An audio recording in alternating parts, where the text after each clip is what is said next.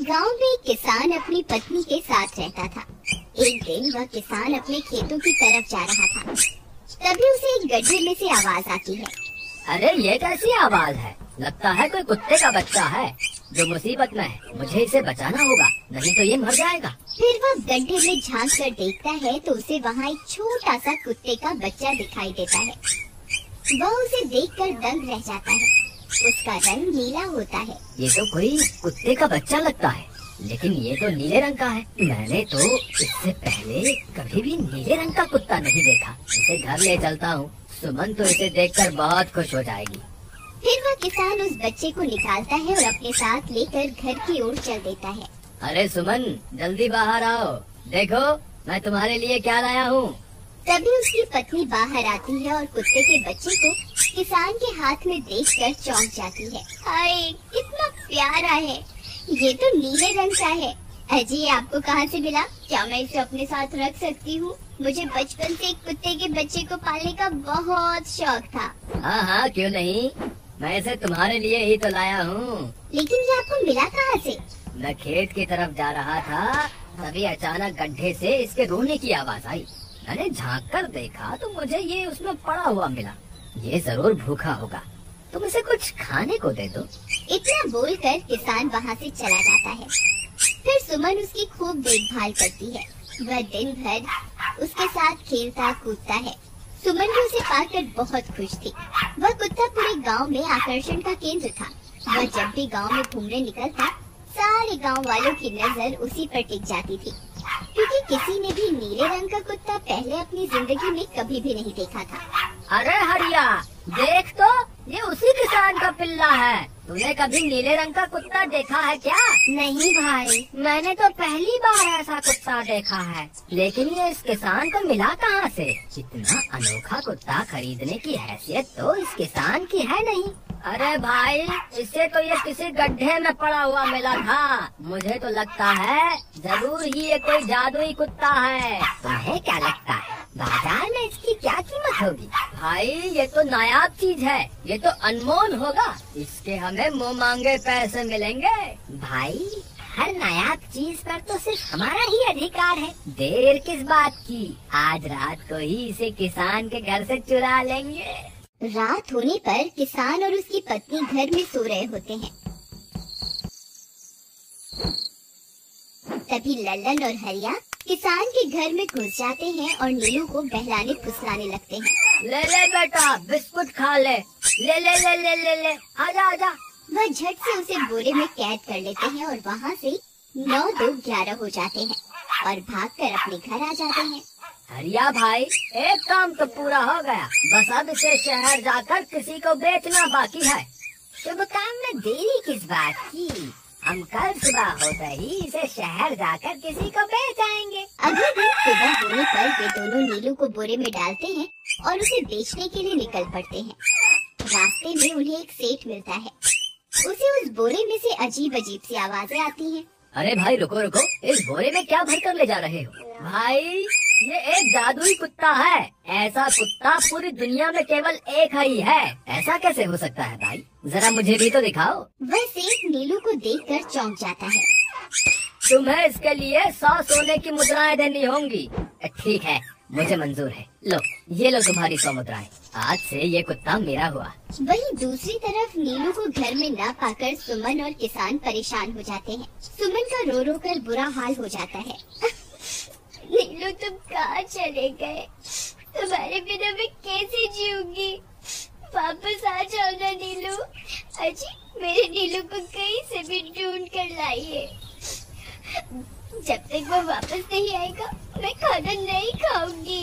ठीक है, तुम रोना बंद करो, मैं उसे ढूंढ कर लाता हूँ। फिर किसान गांव में लोगों से नीलू के बारे में पूछता है।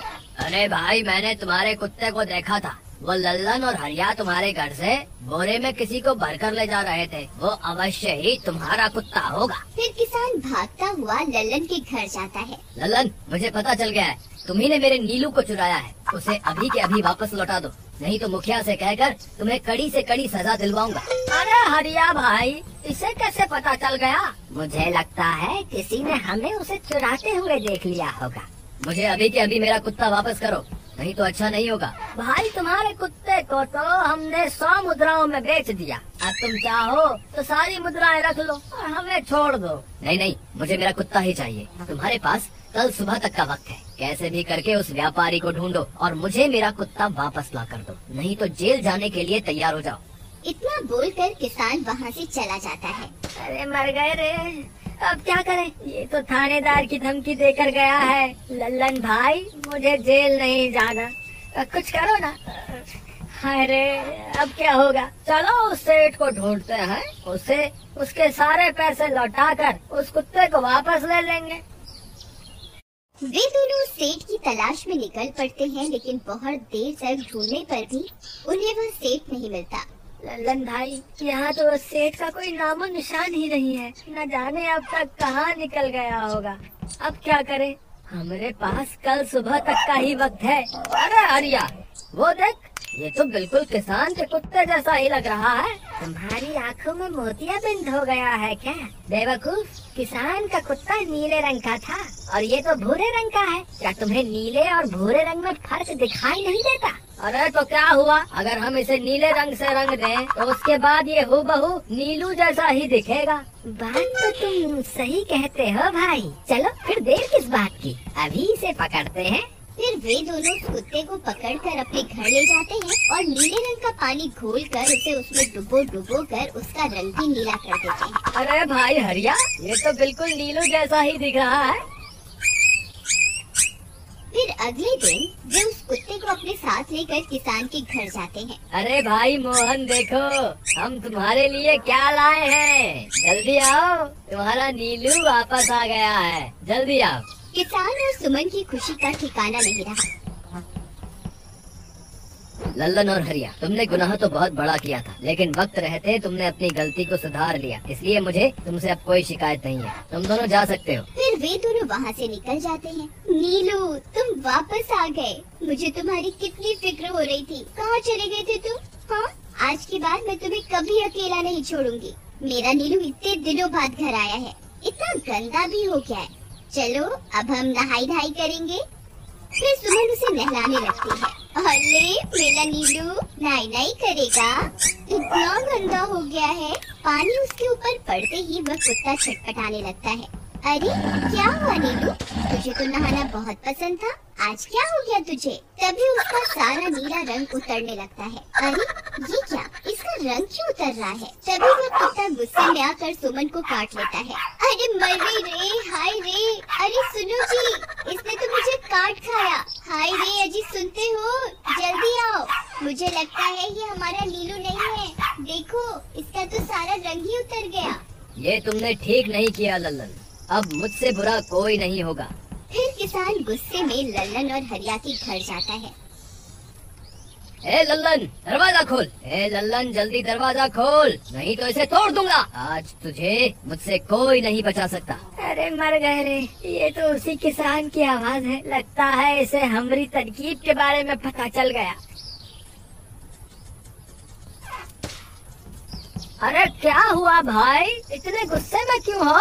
तुम्हें क्या लगता है मैं बेवकूफ हूँ? तुम किसी भी आवारा कुत्ते को नीला रंग चढ़ाकर हमें दे दोगे और हम मान लेंगे कि वो नीलू है। भाई हमें माफ कर दो, हमने उस सेठ को ढूंढने की बहुत कोशिश की, लेकिन उसका कोई नामो निशान नहीं मिला। भाई तुम ये 100 मुद्राएं रख लो, अब इससे ज्यादा हम तुम्हारे लिए और कुछ नहीं कर सकते। अगर तुम चाहो तो हमें जेल भिजवा दो, हम दोनों अपनी गलती की सजा काटने को तैयार हैं। किसान उदास हो जाता है और उनसे 100 मुद्राएं लेकर वापस अपने घर आ जाता है।